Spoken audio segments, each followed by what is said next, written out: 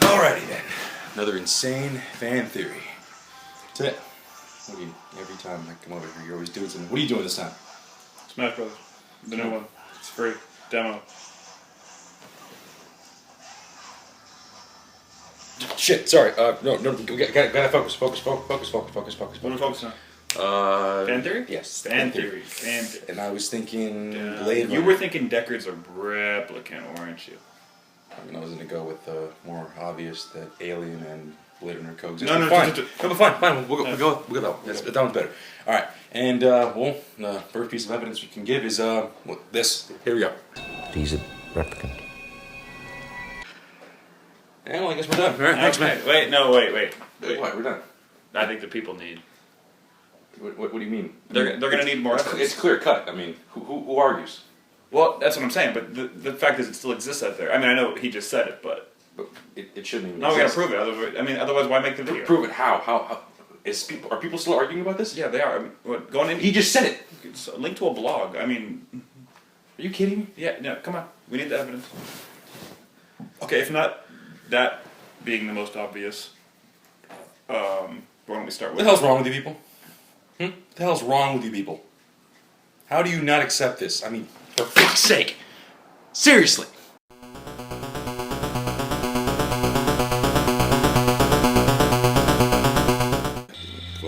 Fine. Piece of evidence number one, his eyes glow. Is that it? We're good. I mean, his eyes glow. It's obviously Replicant's eyes glow, yeah. Okay, I mean, come on. You're telling me we need to explain shit and you're walking away. Well, I got a fruit, so, okay. Well.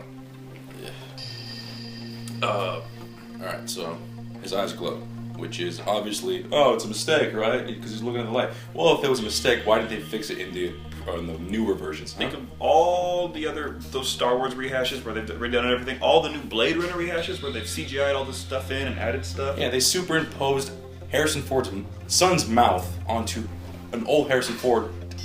Come on. They put his son's mouth during the conversation when they're talking about the scales. Yeah, when he's talking to the merchant about who's holding the snake. Because there's a syncing issue, and they can't black out someone's eyes on a close-up, a still moving close-up. Are you kidding me? You can do that in paint right now. Yeah. Okay. I don't get it. And then, fine. So that's one. That's the big one that people usually fucking go to, but people dismiss it. Oh, it's a mistake. Fine, whatever. Harrison Ford is a very good actor. You've seen a few movies of his, Indiana Jones, The Conversation, American Graffiti. He can be very loosey-goosey. Very versatile. Exactly. Character actor. What the hell? He's very robotic in this. I mean, come on. Very stiff. Fucking wooden acting at its finest. But it's not because he's failing. It's because that's how his character is. It never once comes across as him acting terribly. It almost just seems like Deckard's this very slow-moving person. And it's not like, he's like a Humphrey Bogart or like Long Kiss Goodbye or Long Kiss Goodnight. Shit. A Long Goodbye? Which doesn't have Humphrey Bogart in it? Yeah, sorry. But what was Ellie that? Goulding? Yeah, but what the hell's the character again? Marlowe? Philip Marlowe? Philip Marlowe. He's not like that at all. Yeah. He's not like a detective. He's not like slow. Because he doesn't give off that vibe. He's just a very calculated person. Yeah, and also he seems like he's very new to all this. I mean, come on, you're supposed to be a seasoned veteran Blade Runner. The tip top, the guy who retired because he's that much of a badass. Hey, what's that? The Nexus 6. How the hell do you not know what a Nexus 6 is? It's your job. What? You just sleep? Do you fall asleep in Blade Running school and you just fucking shoot now and ask questions later? Did they retire? Did they forcefully make you retire because you were that bad? Why the hell are they bringing you back? That's what he's notorious for, just being an idiot. That's what we know. Yeah, so it's like pretty much, you lost all our Blade Runners. I'm sorry, you've lost one, so you're coming to this guy. He's not even dead. Oh yeah, you lost the other guy's, in the hospital? In the hospital, yeah. It's like he's breathing out of a tube. And on top of that, he can take a beating. Oh, for sure. I mean, what's Leon and, Leon's the battle model, the female battle model, I don't remember her name. They said earlier in the film, Leon can hold 400 atomic tons, and he does this all day, or atomic pounds. He does this all day. It's his job. He's a robot, right? And he smacks him around. Just his face, like all he gets is a little bloody lip. You kidding me? He has no reason to hold back to keep him alive. He's slapping the shit out of him. He's gonna kill him. He said, "Time to die," and he's about to murder him. But no, just. That alone would have broken his jaw, but no, he's just like, yeah, he's got a little blood right here. And then the girl karate chopping his throat. Yeah, if he's lifting that much, and she's a battle model. Imagine how much damage she's supposed to do for a karate chop to the throat. Okay, I used to do martial arts, and that karate chop to the throat, from her standpoint, because she was trying to kill him, crushed him with windpipe, just would have been dead. Would have been dead. Instantly. Wouldn't be able to breathe. But fine. If you're not all gonna accept that shit, then like, oh, he's human, he has memories and all that stuff. He has a... Fine. You know what? It makes sense. He has memories and all that stuff. And the same thing with Rachel. How does she have memories? Because she has implants from the creator's niece. Well, that doesn't make any sense.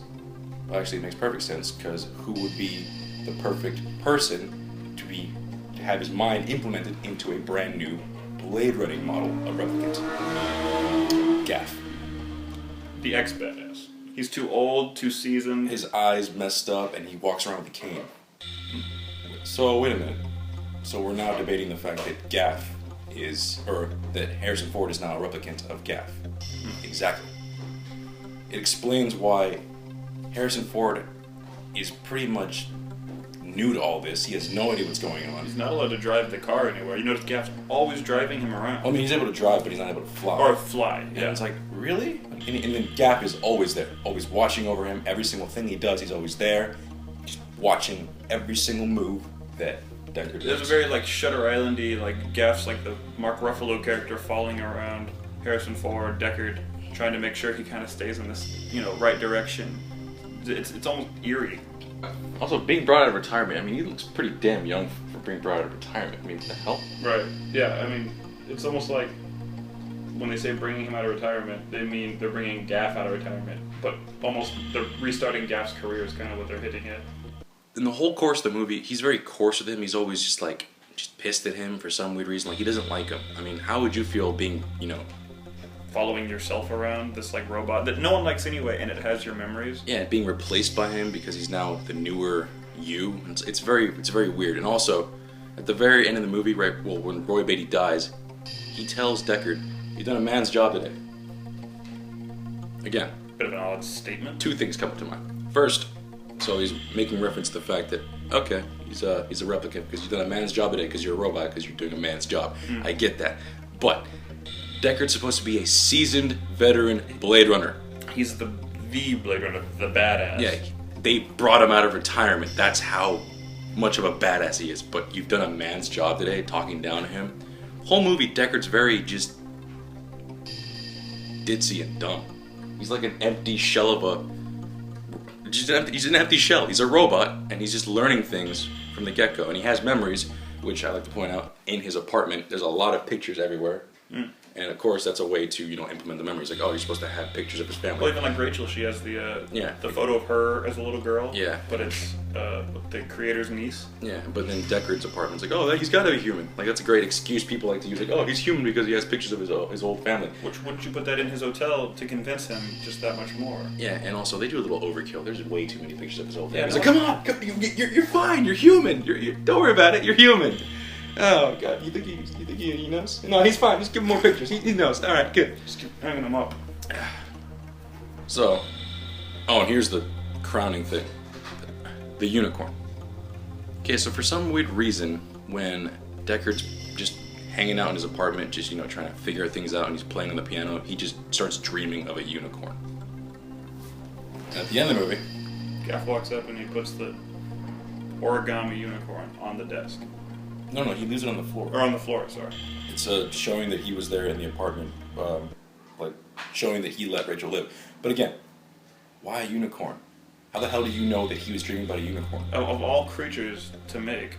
So I get it, like the whole thing about implementation, like, oh yeah, the memories and all that stuff, yeah, but you can't really have it as a memory.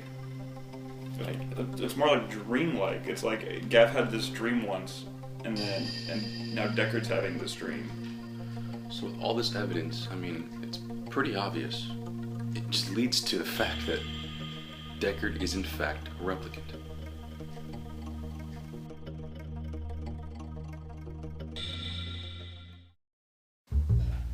Seriously, what more do you need? Like, people still argue about this constantly, and don't give me that shit about Blade Runner 2 coming out, and they're gonna have Harrison Ford as an older man, and they're explaining. Let's keep that out of the equation for now.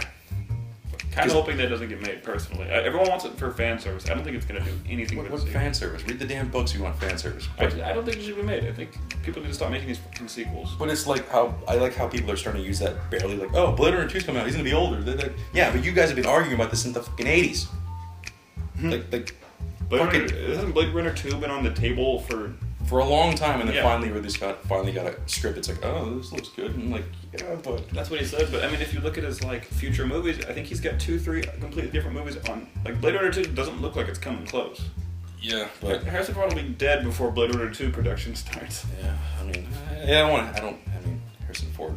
I mean, I'm glad that he's in Star Wars. You know what? Let's keep him in Star Wars.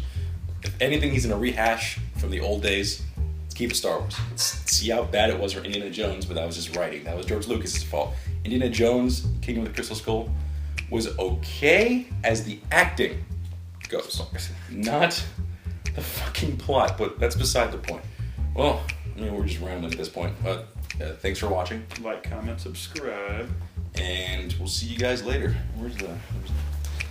Actually, well, I was going to play. No, Super Smash Bros. Is my business, man. It's my 3DS. It's my 3DS.